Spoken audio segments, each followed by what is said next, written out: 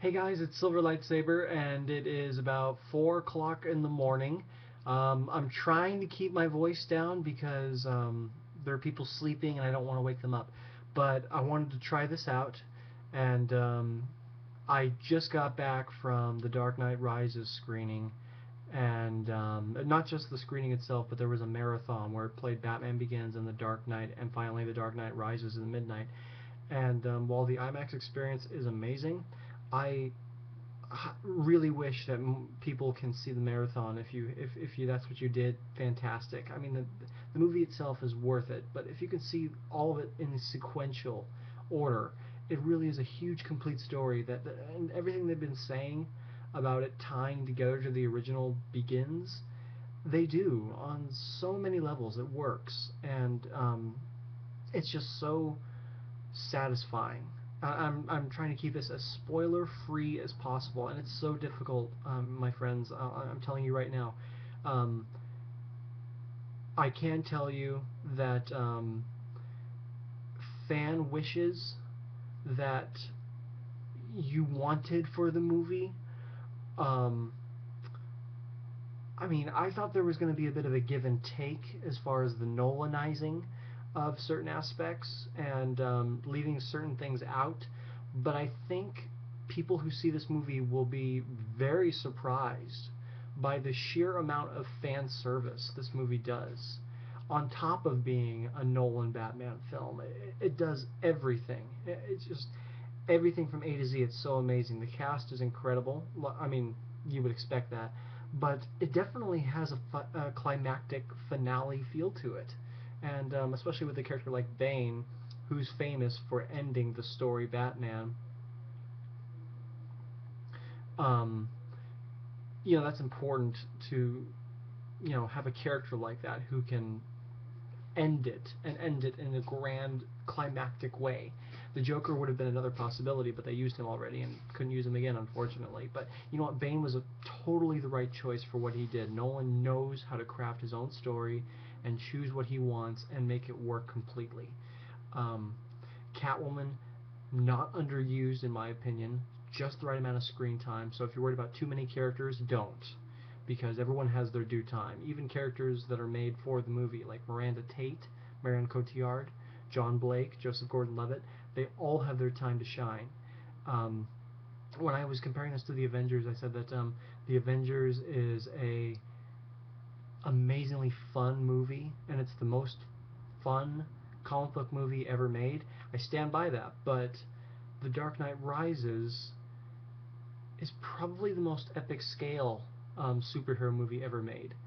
And I think that says a lot when its competition is movies like The Avengers and movies of old like Superman the movie, where the scale is tremendous. And this movie just delivers on incredible levels. The score is beautifully done. Unfortunately, James Newton Howard couldn't come back, and it's only Hans Zimmer. But I'll tell you what, it's different tones or different themes they're dealing with. There's a lot of Bane's theme throughout the whole thing. They use the choral rises motif a lot in the movie, and it doesn't get old. It doesn't get annoying at any points. In fact, it amplifies the film and raises the scale as a good score should, and it definitely delivers on that. Um, I've been reading Oscar buzz about this movie, The Dark Knight Rises, and I think that's a fantastic news. Not for any specific actor that I've read, but it's creating Oscar buzz for Best Picture. And the reason behind that is because Christopher Nolan's been snubbed the last few years for Best Director category, for Best Picture with movies like Inception and The Dark Knight, and there was a huge outcry when Dark Knight got snubbed for so many levels, including Best Screenplay, I think. But won Best Supporting Actor, of course. Uh, so yeah, there is a good chance that Dark Knight Rises could be nominated for Best Picture. Will it win? If it is, probably not, considering how pretentious the Academy is, just by its history. But the fact that it can be nominated, if it is a huge prize and accomplishment in itself. I mean, you have to keep that in mind how far it's come from movies like Batman and Robin and crap movies to real high quality movies, or high art even, dare I say, wherein this many Oscar winners can be in one comic book movie. and held by so many people that take it completely seriously. That's incredible. And not everyone gets it. You know, there's going to be people who don't appreciate it and understand that these movies aren't for kids or young adults. They're for everybody.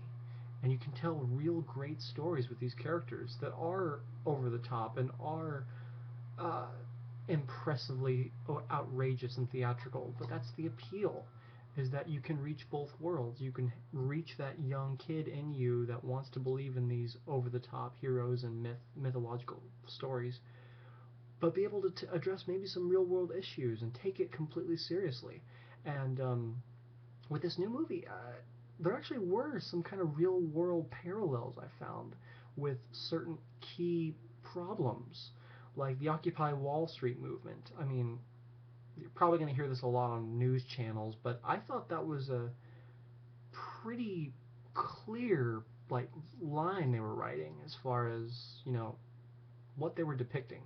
And you'll probably read plenty of reviews on that. Just like when Dark Knight came out, they called it a post 9/11 movie, and this one really is. I'll tell you what, especially if it's very end of the world. It's very much inspired by No Man's Land and Dark Knight Returns, and uh,